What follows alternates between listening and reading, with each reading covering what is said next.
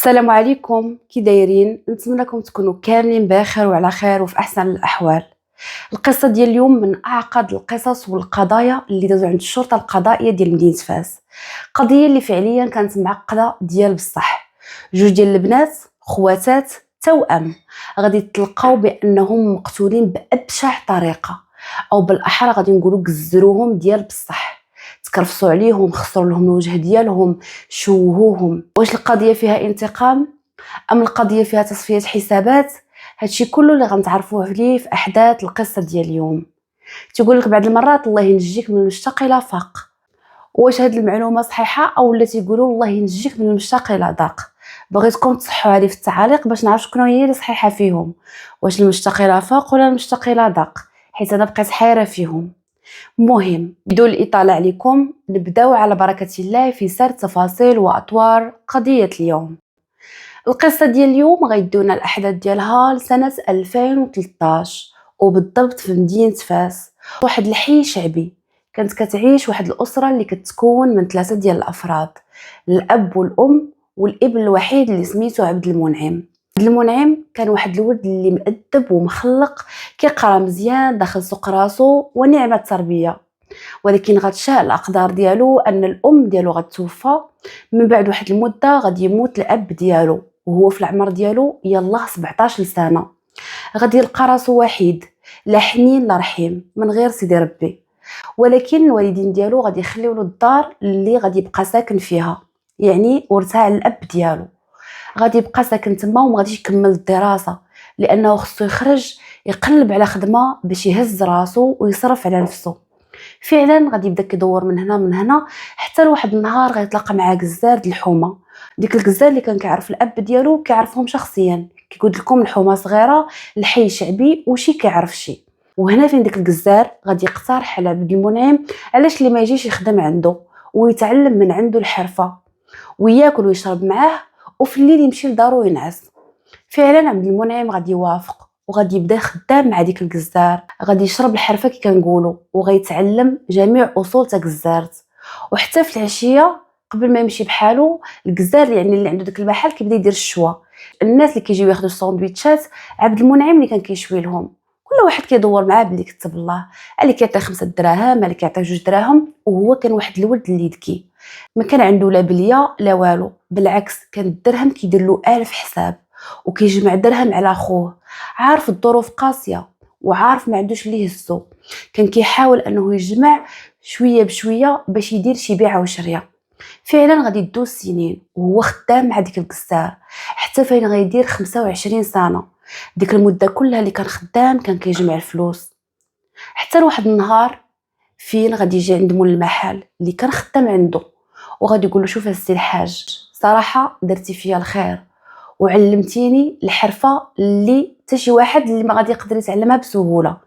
انا دابا غادي نهز راسي وغادي نمشي، بغيت ندير حتى انا محل ديالي ونترزق الله ونكون حياتي حتى انا ونزيد شويه لقدام. ديك الحاج اللي كنخدمو قال له شوف ولدي، انا ما نبغي لك غير الخير، سير الله يعاونك، بغيت شي حاجه نعاونك بها. قال له عندي فلوسي باش نبدا، عندي باش نكري، عندي باش نشري الماتيريال. قال له الجزار يعني اللي كان خدام عنده، شوف انا غادي نعاونك، تجيب ديك اللحم وتقد امورك بيد ما تبدا خدام شويه بشويه، وديك الساعات خليك منك راسك. وفعلا هذاك الشيء اللي كان.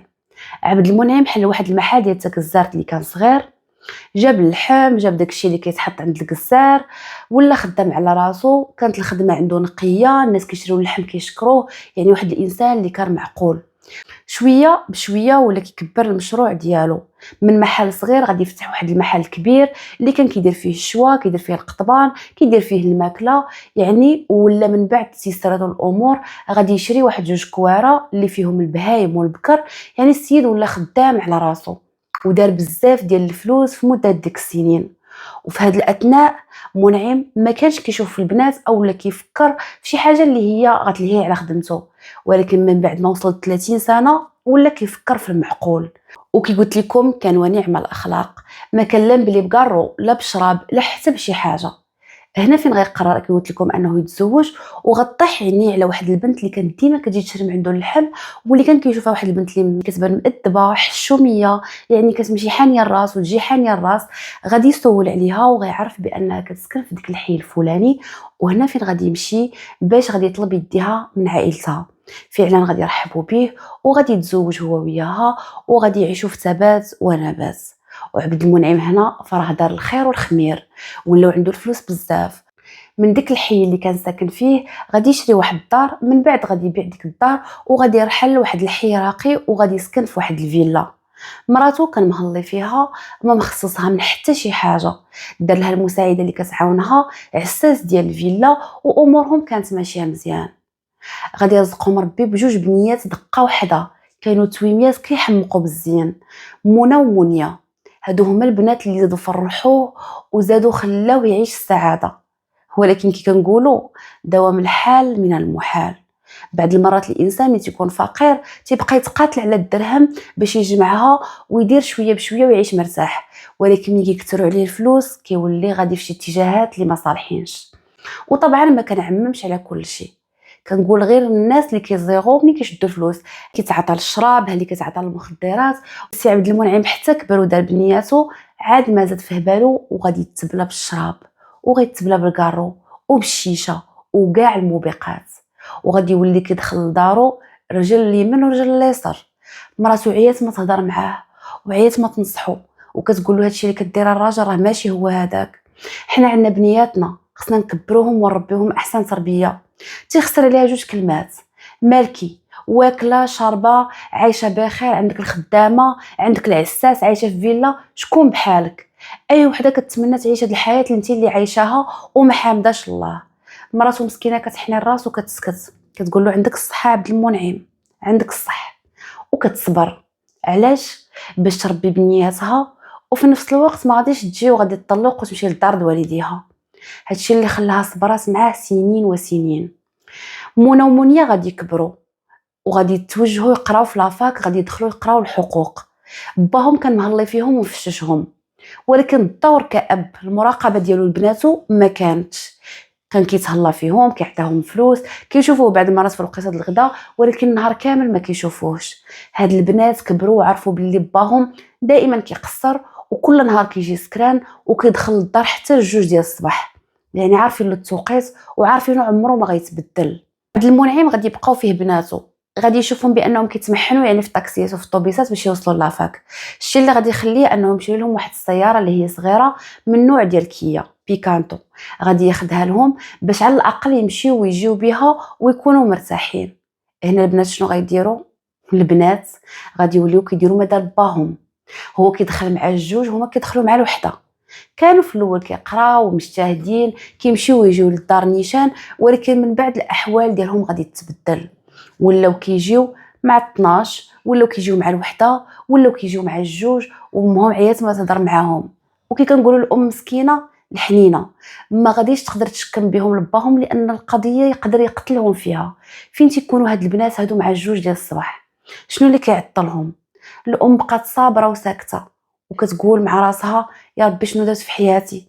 الراجل مفلس والبنات ما كيحترمونيش ويوميا كيجيو معطلين، وانا راه يد وحده ما كتصفقش، راه بزاف عليا باش ندير هاد الادوار كامله. نربي بناتي نحضيهم نكون ام ليهم تيكبروا، من بعد خصني نبقى مراقباهم، راه ما يمكنليش. الاب كي كنقولوا هو اللي تيكون يعني داك الصباط في الدار، البنت كدير له قيمه وكدير له اعتبار، كتخاف منه، على الاقل لا دارت شي حاجه كتفكر باللي باها لا دخلات غادي يغوت عليها.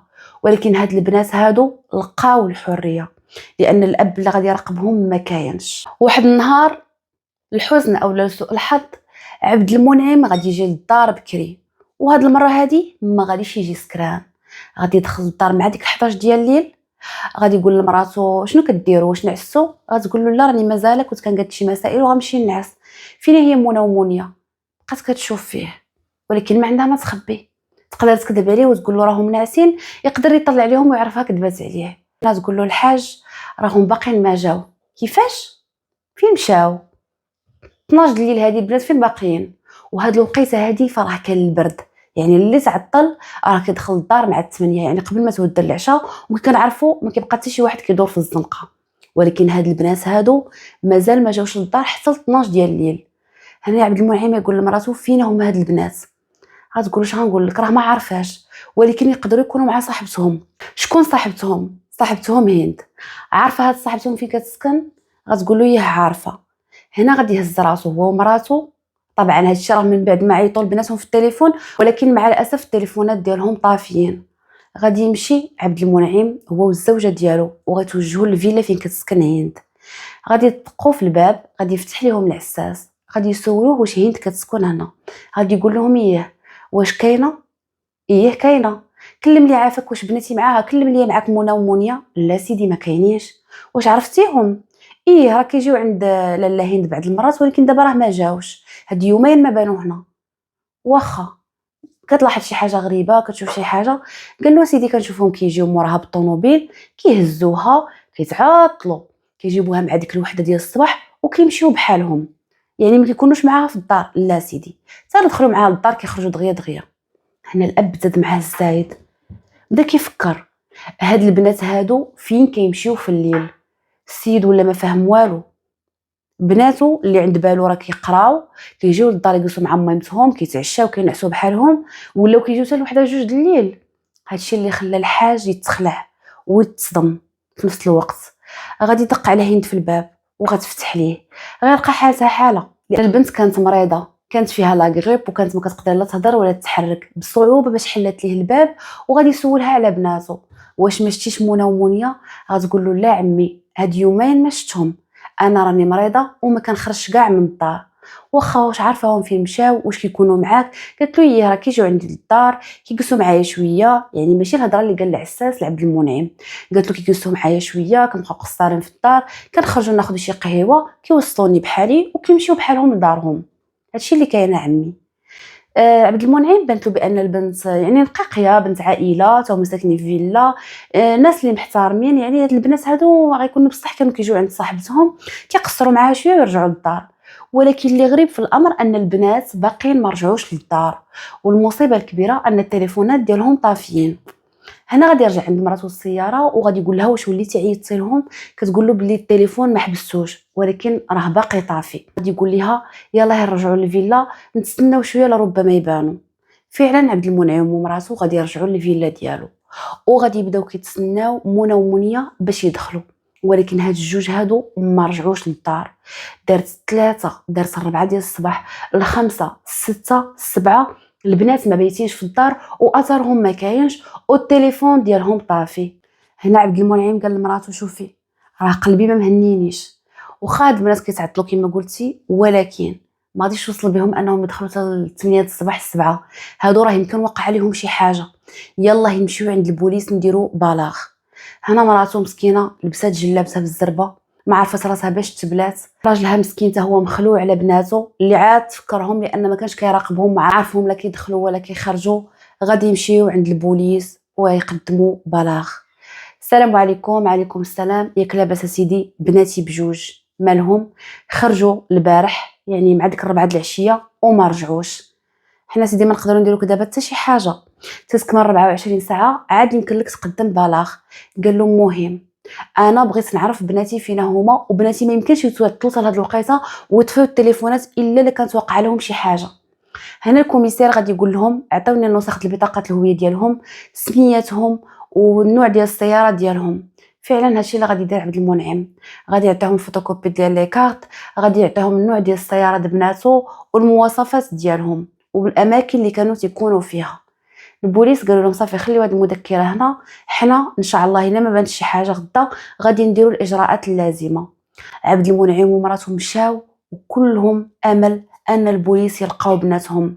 الاب تيقول لمراته انا مستعد نصلح حالي، وانا صراحه غلطت وفرطت في بناتي، ما حضيتهمش وما راقبتهمش وخليتهم كيديروا اللي بغاو، والغلط عارفو ديالي، تبعت طريق الحرام وتبعت الشراب والفلاس، ودابا هاد الخلعه اللي دايزه عليا يا ربي لما تسمح لي انا مستعد نبدا من الصفر، غير رجعوا لي بناتي على خير وبخير. غادي نخليو الحاج هو ومراته جانبا، غندوزو لواحد الحي في واحد المنطقه اللي كانت خارجه على مدينه فاس، واحد المنطقه اللي تيكونوا يعني الطوموبيلات فيها قلال. واحد السيد غادي هو وخطيبته في الطريق، كتبان لهم واحد السياره اللي واقفه. الدور اللي كيدور عينيه كيشوف في اللور ديال الطوموبيل واحد البنت اللي وجهها كله دم، وجهها كيبان بحال اللي شي حد بدا كيضربها بشي حاجه، بحال اللي متكتك، بحال اللي متقوب، اي ان وجهها ما كيبانش بقوه ديك الضرابي وديك السيكاتريسات اللي فيه. غادي يقول لخطيبته شوفي شنو شفت، قالت له هادشي غادي دير، نزيد نمشيو بحالنا، حنا ما شغلناش في هادشي، دبروا راسهم، شكون هادي؟ انا ما عارفش، هاد الجوج هادو تخلعوا. ولكن هنايا ديك الدري غادي تصابدكي، غادي يقول لخطيبته لا لا لا لا، انا ما غاديش نمشي معاك، غادي نعيط للبوليس. تقول ليه الخطيبه ديالو غادي تدخل راسك في مشاكل وفي سينوجيم، وغادي يوليو عاوتاني مطلعينا مهبطينا للكوميساريه باش نشهدوا. غادي يقول لها وشكون قال انا لا مشيت يجيو يشدوني من بعد؟ ما تعرفي هنا يكونوا الكاميرات وحنا اللي دايزين والدنيا واسعه ونقدروا نبانوا باننا وقفنا وطلينا في هاد الطوموبيل، يولي حنا اللي مشكوك فينا. خاطبته قالت له دير اللي بغيتي. فعلا هاد السيد اللي معاها غادي يعيط للبوليس اللي يخليهم يجيو على وجه السرعه. فعلا من خلال المعاينه الاوليه ديالهم كتبين واحد السياره من نوع الصغير اللي هي بيكانتو في الاحمر. غادي يشوفوا في السياره، غادي يلقاو الكونتاكت اي الساروت مراكب في بلاصتو. من بعد غادي يشوفوا في الطوموبيل غادي يلقاو بنت اللي كان مغمى عليها وكلها طعنات، ولكن ملي غادي يقلبوها غادي يلقاوها بانها فرقات الحياه، وجهها كله مخسر. بنت اللي باقا صغيره تقريبا تكون عندها ديك 18 حتى ل 19 سنه. غادي يبقاو كيشوفوا ما يفهموا حتى شي حاجه. غادي يطوقوا ديك المنطقه، هنا فين غادي يحلوا الكفر وكيلقاو الصدمه الكبرى. البوليسي بقى الحال فمو ما فهم والو. نسخه ديال طبق الاصل ديال ديك البنت كاينه في الكفر ومقتوله بنفس الطريقه. الوجه ديالهم كي قلت لكم بحال اللي كان شي واحد كيتكتك فيه بشي قطب ديال الشوا بشي موس. المهم الوجه كله مثقب. البنات واضح عليهم انهم متعرضين للاغتصاب، واضح عليهم انهم تكرفسوا ديال بصح. شكون دار فيهم هذه الحاله؟ واش هما عصابه او لا تصفيه حسابات او لا انتقام؟ هادشي كله غنتعرفوا عليه في احداث القضيه دابا. المهم غادي يهزوا البنات، غادي يلقاو السكان ديالهم بجوج، يعني جوج سكان فيهم التليفونات اللي كانوا طافيين، غادي يلقاو فيهم بزاطم اللي فيهم واحد المبلغ مالي، وغادي يلقاو لي كارت ناسيونال. غادي يهزوا جوج ديال البنات، غادي يديوهم لمصحة التشريح من اجل معرفة الاسباب الحقيقية ديال هاد الوفاة. وهنا غادي يديو ديك لي كارت، غادي يديو ديك الشهود، غادي يمشيو للكوميساريه باش يبداو التحقيق ديالهم. غيسولوا دوك جوج الاشخاص الشيء اللي غياكد لهم داك الدري انني انا والخطيبه ديالي كنا دايزين من هنا. البوليس غيقول لهم شنو جايين كديروا في هذه المنطقه الخاليه؟ هنا فين ديك السيد غادي يقول له باننا حنا غادي نتزوجوا، كنقلبوا هنا باش غادي ناخذوا شي ابارتمون. حنا سيدي مشينا كنشوفوا الديور ولا ما تيقتيناش، يلا نمشيو عند السمسار ونوريك الديور اللي دخلت ليهم. حنا راجعين في الطريق ديالنا بحكم انني انا ما عنديش سياره، يعني كنشدو غير ترونسبور طاكسي. حنا غاديين في الطريق ديالنا كنتهاودوا الدوره اللي غادي ندور وجهي كتبان لي ديك البنت وسط الطوموبيله كلها دمايات. حنا سيدي ديك الساعات عيطنا لكم.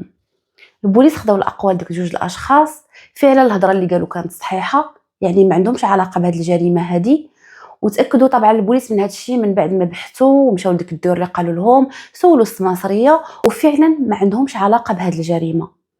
دابا البوليس ما بقى ليهم غير يعرفوا هاد البنات شكون هما، لان الهدف ديال القتل واضح انه ماشي باجل السرقه. علاش؟ لان تلقاو السكان وسط منهم التليفونات، وسط منهم بزاطمهم اللي فيهم الفلوس، اي ان المجرم اللي دار هاد الشيء واضح وباين انه كان كينتقم منهم او كيصفي شي حساب معاهم. لانك كنعرفوا الضحيه ملي كيموت مثلا لا تقتل او لا تطعن كيموت موته عاديه، ولكن ملي كيكون المجرم كيبغي يسكرفس على الجثه من بعد الموت، اي بدا كيضربهم بوجههم كيحاول انه يشوههم، فواضح انه عنده تصفيه حسابات. البوليس من بعد ما غيطابيو السميات ديال دوك البنات غيطلعوا هما منى ومنيا، واكيد راكم عرفتوهم من الاول.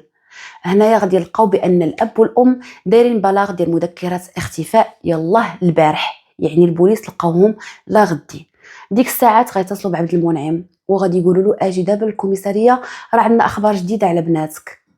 الاب غادي يسمع باللي بناته تلقاو وعندهم اخبار جديده عليهم، غيمشي غيطير بالفرحه، باغي يشوف بنياته ويعنقهم. مستعدش انه يغوت عليهم ولا يقول لهم علاش تعطلتوا، لان ديك الليله اللي عاش ديال الخلعه مستعده تنسيه كلشي ويبدا صفحه جديده مع بناته.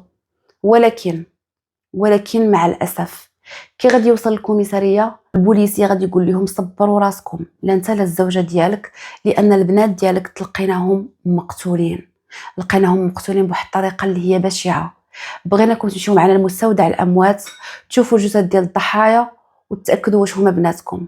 وطبعا لقاو لي كارط وكلشي، ولكن بغاو يبينوا الجثث لوالديهم باش يتعرفوا عليهم ويشوفوا الحاله ديالهم.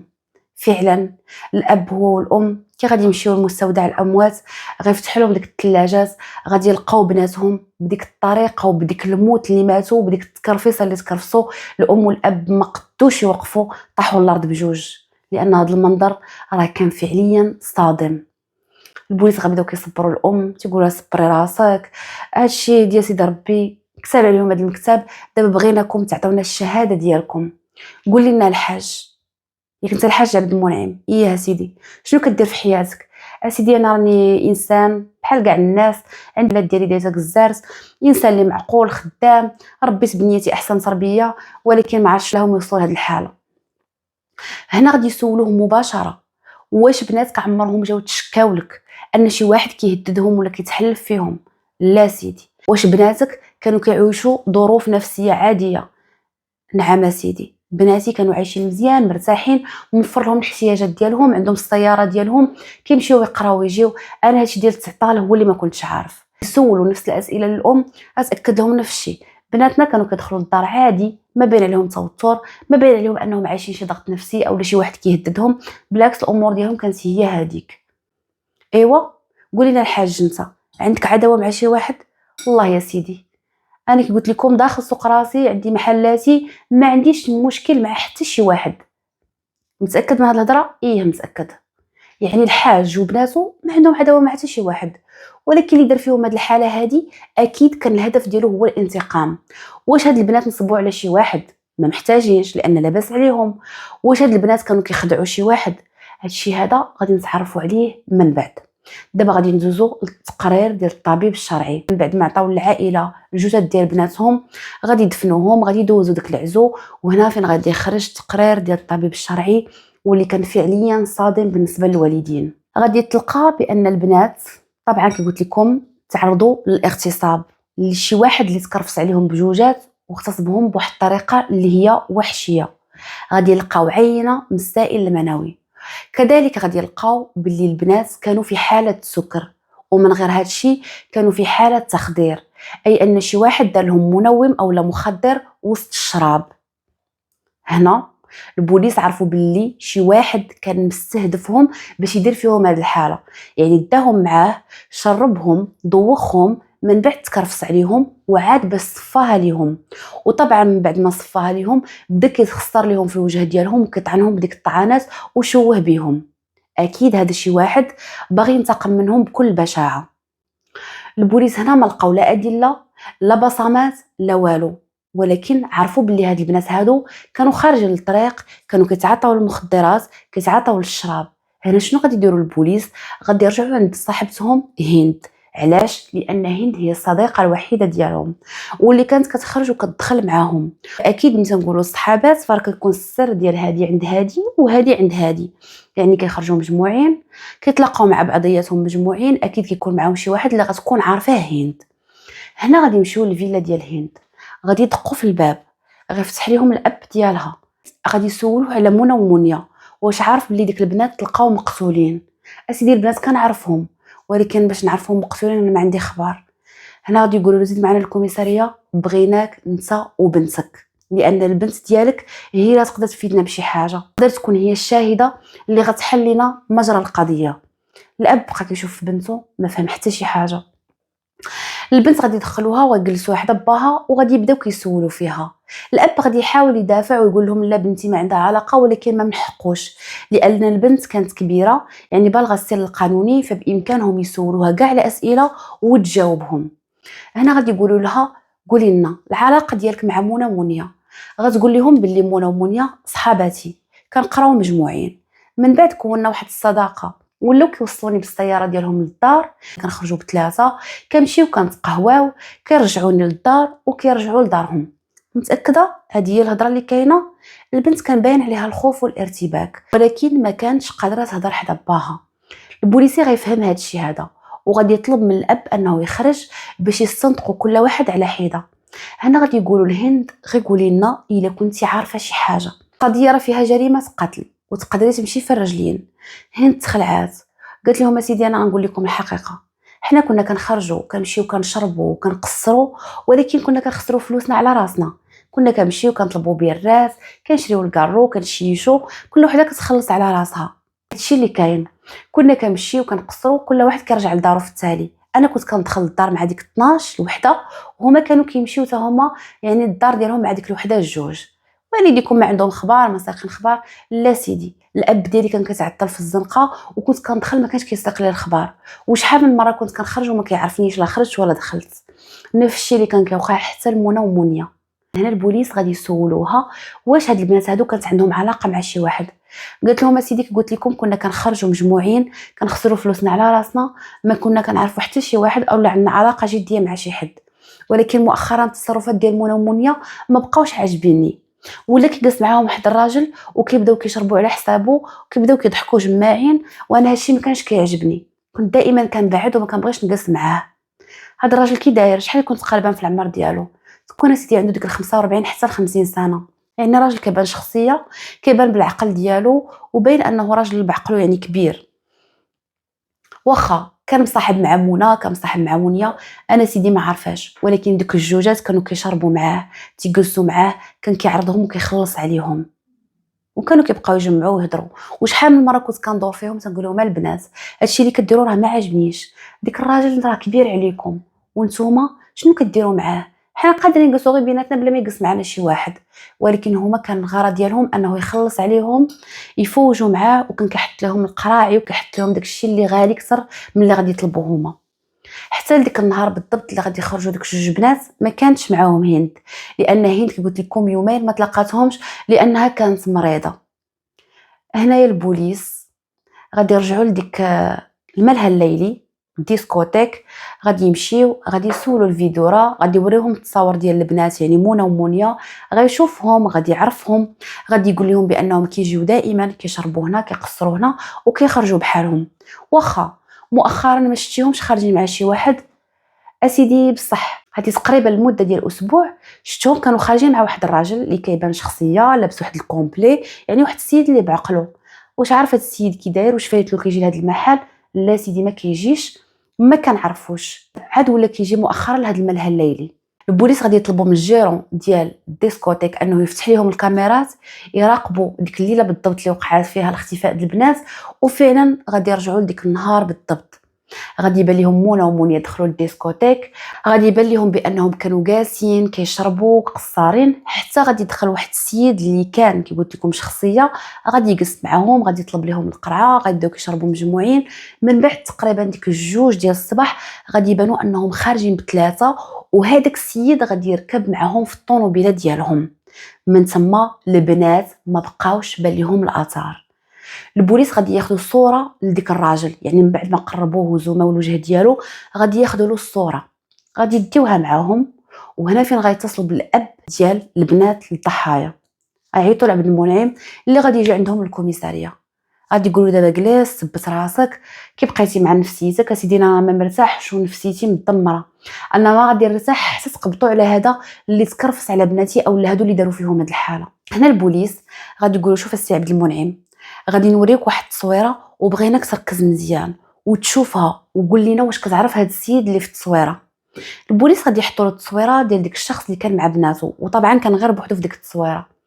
عبد المنعم كي غادي يشوف التصويره، الله يا ودي هذا صاحبي حسن كتعرفوا، الله يا ودي من اقرب المقربين، صاحبي اللي انا وياه ما كنتفارقوش.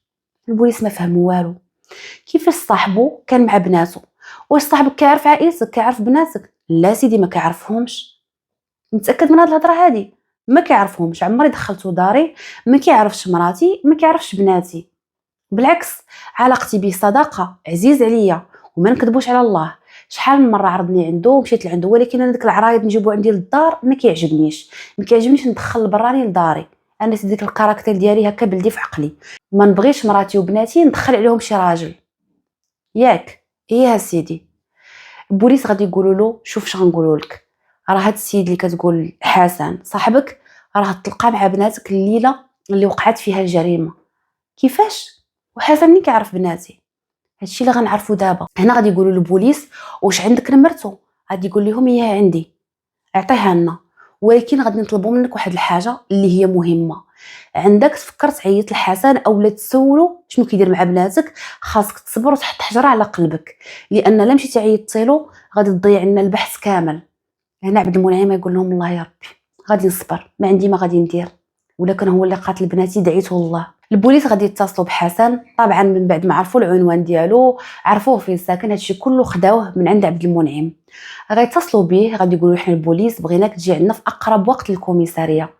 فعلا السيد غادي يجي عندهم، ما غيعطلهمش، داخل يعني بواحد الكاريزما، بواحد الشخصيه اللي هي قويه، راش عليه البارفان، يعني الانسان داخل واثق في راسو، لابس مزيان، نقي في حالته. غادي يدخل السلام عليكم السلام عليكم، ارتطق عليهم الصباط، يعني السيد داخل بكل ثقه في النفس. غادي يجلس هنا. البوليس غادي يسولوه ديك النهار بالضبط فين كنتي؟ غادي يقول لهم حقا كنت لاقيت مع صحابي، كنت في شي، كنا كنتعشاو في شي بلاصه وكذا وكذا. البوليس ما غاديش يجيو ليشان ويواجهوه وغادي يقولوا كتعرف منى ومنيا، لا، ضروري غندخلوا شويه بشويه يسولوا على الحياه ديالو، يعرفوا شنو كيدير، كيفاش عايش، شنو خدام.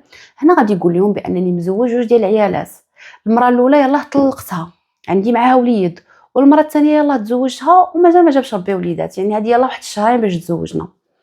هنا البوليس غادي يسولوه كتشرب الشراب، كتكمي، كدير شي حاجه؟ يقول لهم بالعمى ما كنشرب ما كنكمي، انا انسان داخل سوق راسي معقول، ديك الموبقات كلها نبعد منها. ياك سيدي؟ يا سيدي. واخا كتعرف منى ومنيا؟ شكون منى ومنيا؟ ما كنعرفهمش. متاكد؟ ما كنعرفهمش. يحرم عليا اليمين ما كنعرفهم. متاكد من هاد الهضره؟ ما كنعرفهمش. علاش قتلتيهم؟ كنقول لك اسيدي ما كنعرفهمش، كتقول علاش قتلتيهم؟ السيد ناكر واثق في راسو ما باغي يقول والو، ولكن كنقولوا الكذاب الحبل ديالو قصير.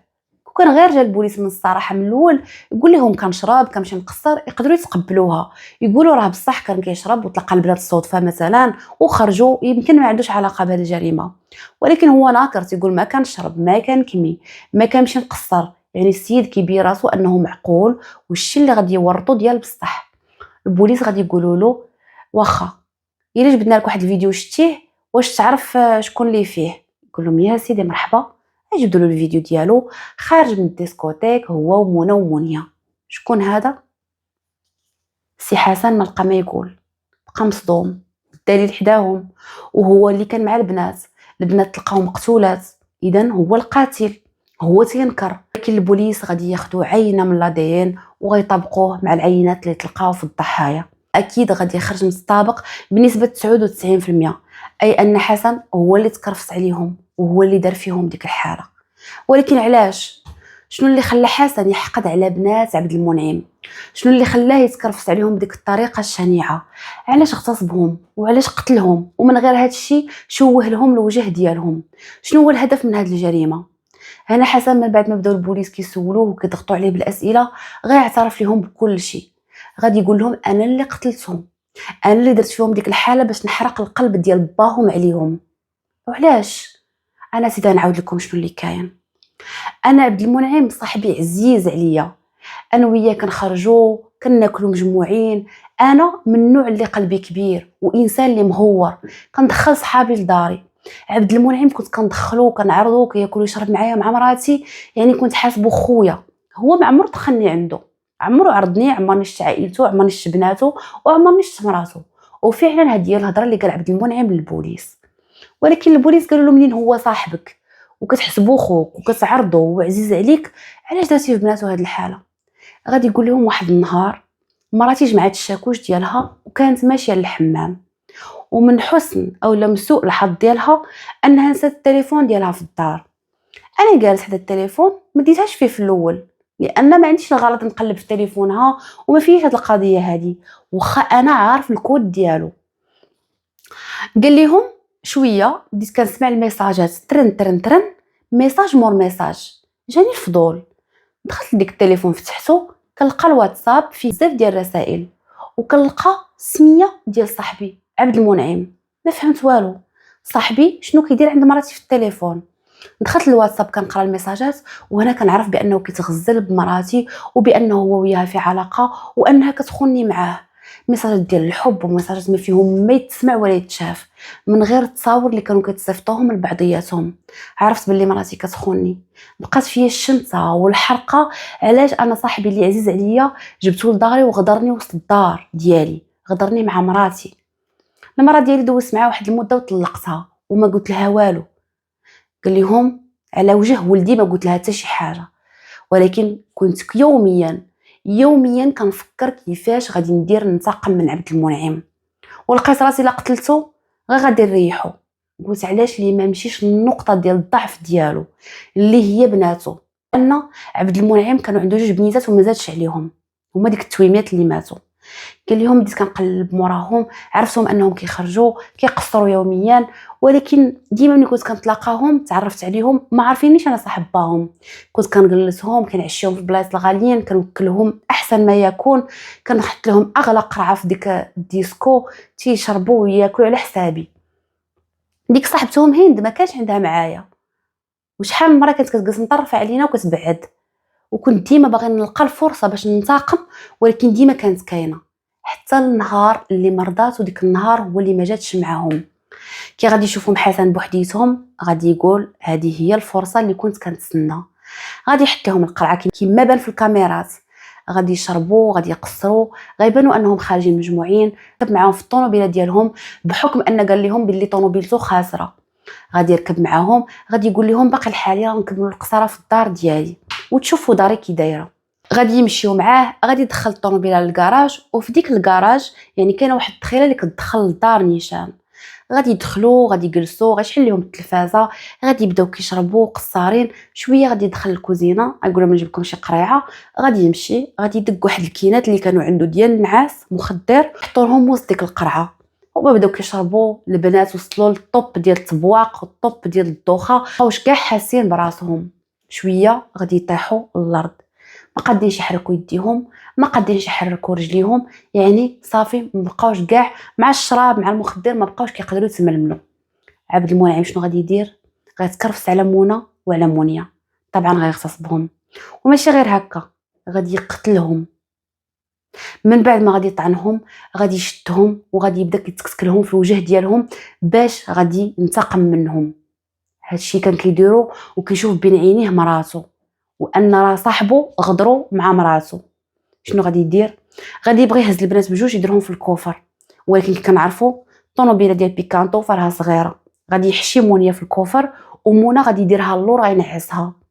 وديك الوقيته راه كانت 3 ديال الصباح قبل الفجر. غادي يخرجهم وغيديهم لديك المنطقه الخاليه. غادي يحط الطوموبيل وغادي يخلي معاهم سيكانهم وكل شيء، لان ما عندوش هو الغرض داك الشيء. وحتى الطوموبيل خلى فيها الساروت. غيمشي بحالو كيجري وغادي يرجع لدارو يبات حتى مراتو كأن شيئا لم يكن. البوليس قالوا دابا هادشي اللي درتي هو الانتقام عندك، انك ديتي بنات بريئات ما عندهمش علاقه بهادشي كيدير باهم وانتقمتي منهم بامشع انتقام. قال لهم ما سيديش من بريئات، وهذيك البنات طايبات وكيديروا داكشي اللي ما يديروا حتى شي واحد. انا جبتهم غير جبتهم غير من الديسكو. ولكن هادشي ما كيعطيكش الحق انك تنتقم منهم بديك الطريقه. كان خصك تنتقم من صاحبك اللي غدرك، كان خصك تنتقم من مراتك. قال لهم راه كنت غادي لمراتي يلا كندير لها الخطه باش هي غنصيفطها، ولكن نتوما دابا قبضتوا عليا. البوليس من بعد ما سمعوا الاقوال والاعترافات ديال حسن غادي يتحال على النيابه العامه، ومن بعد ما داز عند قاضي التحقيق غيتحكم عليه بالسجن المؤبد، طبعا من اجل القتل العمد مع سبق الاصرار والترصد، الاغتصاب وتشويه الجثه. كانت هذه القضيه ديال اليوم. واش اعتقدتوا من الدقه الاولى بان الصديق ديال باهم هو اللي غيكون المجرم؟ واش ظنيتوا ان الانتقام يوصل به انه يغصبوا في بناته بهذه الطريقه؟ واش عبد المنعم كون كان مراقب بناته وكيرد لهم البال وكيدخل لدارو بكري وما كيقصرش حتى لجوج 3 الصباح، كانوا بناته غيلقاو الفرصه انهم يخرجوا ويديروا هذا الفلس هذا؟ بغيت الاراء ديالكم في التعاليق. بغيتكم تكتبوا لي واش هذا الشيء هذا كاين ولا ما كاينش؟ واش لو كان باهم مزيرهم كانوا غادي يوصلوا لهذه الحاله؟ الاب طبعا تصدم، لان تغصب في بناته ضيع حياته، وطبعا شاف صاحبه اللي كان كيحسبو خوه دار في بناته هاد الحاله. اش غنقول لكم، الله يرحمهم والله يجعل مثواهم الجنه. نقول لكم وصلنا حتى لنهايه الحلقه، نتلاقاو ان شاء الله فيديو جديد وفي قضيه جديده. وطبعا الى عجبكم المحتوى اللي كنقدم ظنيتوا انني نستحق التشجيع، كنتمنى انكم تشتركوا في القناه باش يوصلكم كل جديد. السلام عليكم.